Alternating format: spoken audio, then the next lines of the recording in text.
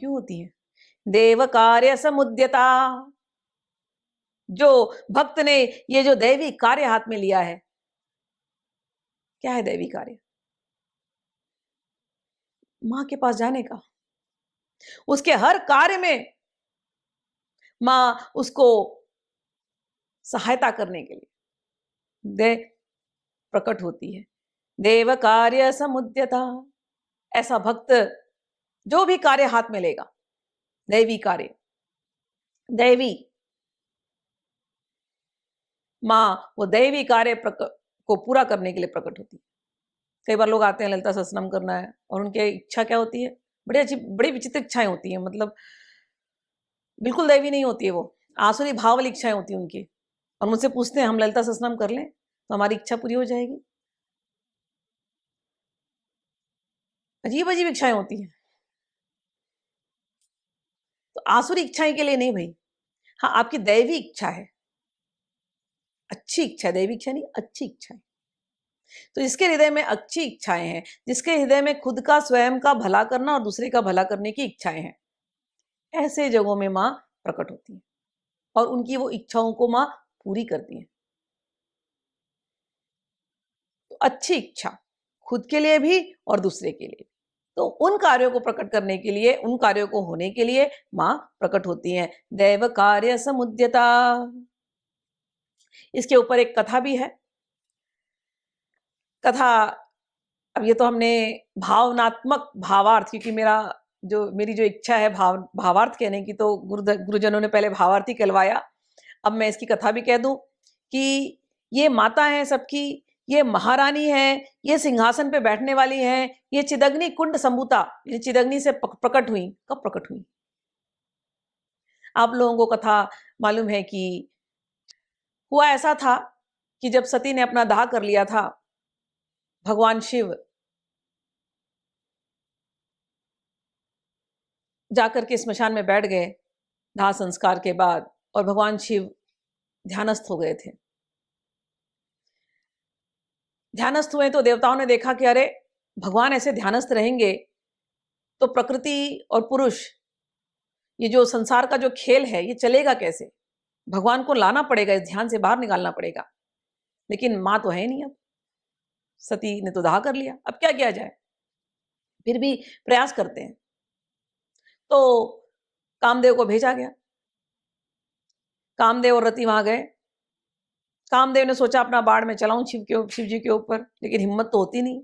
तो जो भी उन्होंने, कामदेव ने, क्योंकि भगवान क्रोध में थे, भगवान रुद्र अवतार में थे, भगवान ध्यानस्थ थे, और सब जगह जैसे वसंत ऋतु चली गई थी, सब जगह बस उदासी उदासी छाई थी, एक अंधियारा था सब जगह। अब कामदेव वहां गए तो कामदेव का काम ही है उजाला लाने की, रोशनी लाने की। लेकिन जैसे ही कामदेव ने थोड़ा सा अपना लीला दिखाने का प्रयास किया, भगवान के नेत्र खुले, और जैसे ही नेत्र खुले, भगवान के नेत्र से सारी क्रोधाग्नि आई और वहां पर कामदेव भस्म हो गए। भगवान फिर खो गए अपने ध्यान में। जब कामदेव भस्म हो गए तो वहां पर चित्रकेतु, जो भगवान के सेवक हैं, उन्होंने देखा कि अरे, ये हो गया।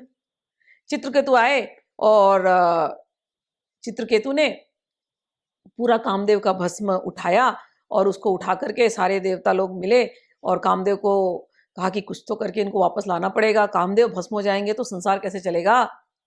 अब लोगों ने शत्रुद्री पढ़ना शुरू किया। अब शत्रुद्री पढ़े वो लोग, लेकिन पढ़ते समय उस कामदेव की भस्म से जो निकला, जो प्रकट हुआ, वो निकला एक बड़ा भयंकर प्राणी। ब्रह्मा जी घबरा गए, ये क्या है? भंड भंड भंड। ब्रह्मा जी चिल्लाए, भंड भंड। इतना भयंकर था भंडासुर।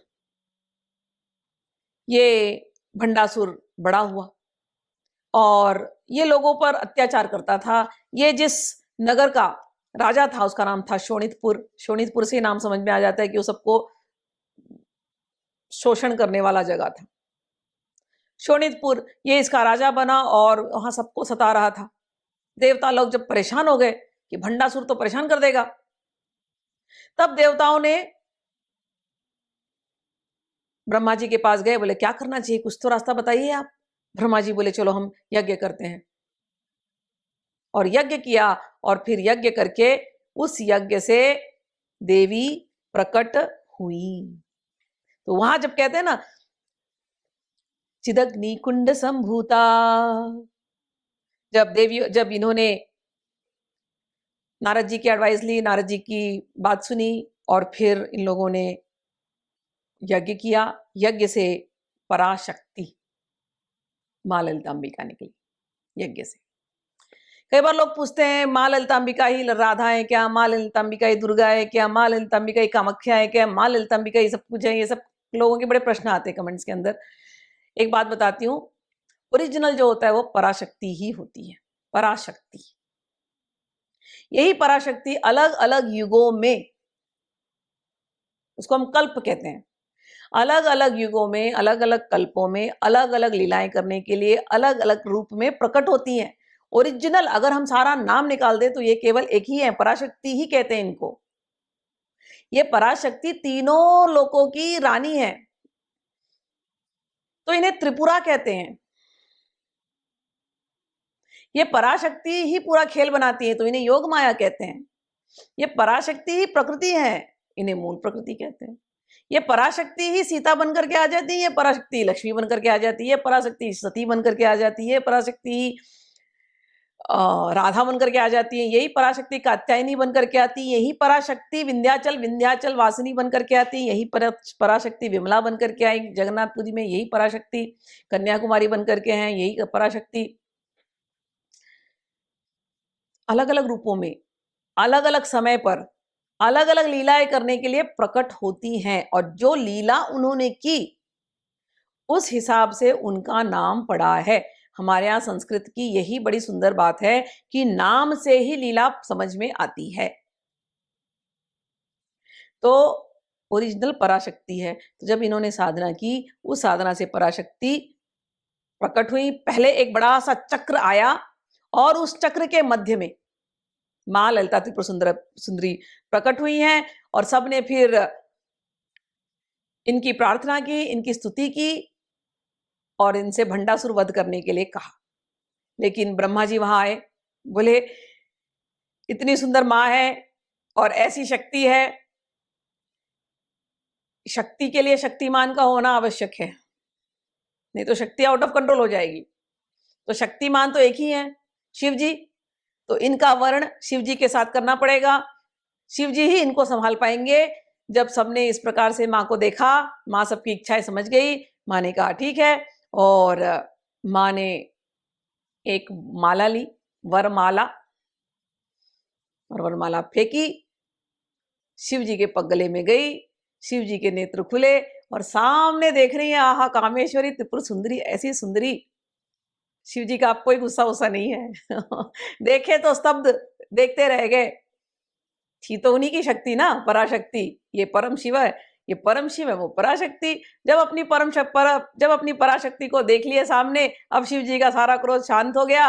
अब माला एक्सेप्ट कर ली, अब मुस्कुराहट आ गई, अब सारे देवतागण प्रसन्न हो गए। अब रति वहां थी भीड़ में, रति आई, बोली माँ आप सब तो प्रसन्न हो गए, शिव जी प्रसन्न हो गए, मेरे पति ने क्या किया था, इतना अपराध थोड़ी ने किया है माँ। कामदेव को प्लीज वापस से कृपा करके उनको जरा आप जीवित कर दीजिए। माँ ने देखा कामदेव की तरफ, और फिर माँ ने कामदेव को भी प्राण दिया, प्राण शक्ति का संचार किया। समझ में आया? कोई भी मृत तब तक है जब तक उसके अंदर प्राण शक्ति नहीं है। माँ ही चित्त शक्ति है, माँ ही प्राण शक्ति है। माँ ने देखा कामदेव को, और माँ ने अपनी प्राण शक्ति का संचार उसके अंदर किया। चेतना उसके अंदर आ गई, चित्त शक्ति का संचार होने लगा, और जैसी चित्त शक्ति प्राण शक्ति आई, हो गया ज्ञान, हो गया। अब इच्छा शक्ति क्रिया शक्ति सब जाग गई। अब कामदेव अपने काम पर पुनः लग गए, और फिर से सब जगह जैसे हरियाली छा गई, वसंत ऋतु आ गई, प्रेम ही प्रेम सब जगह छा गया। माँ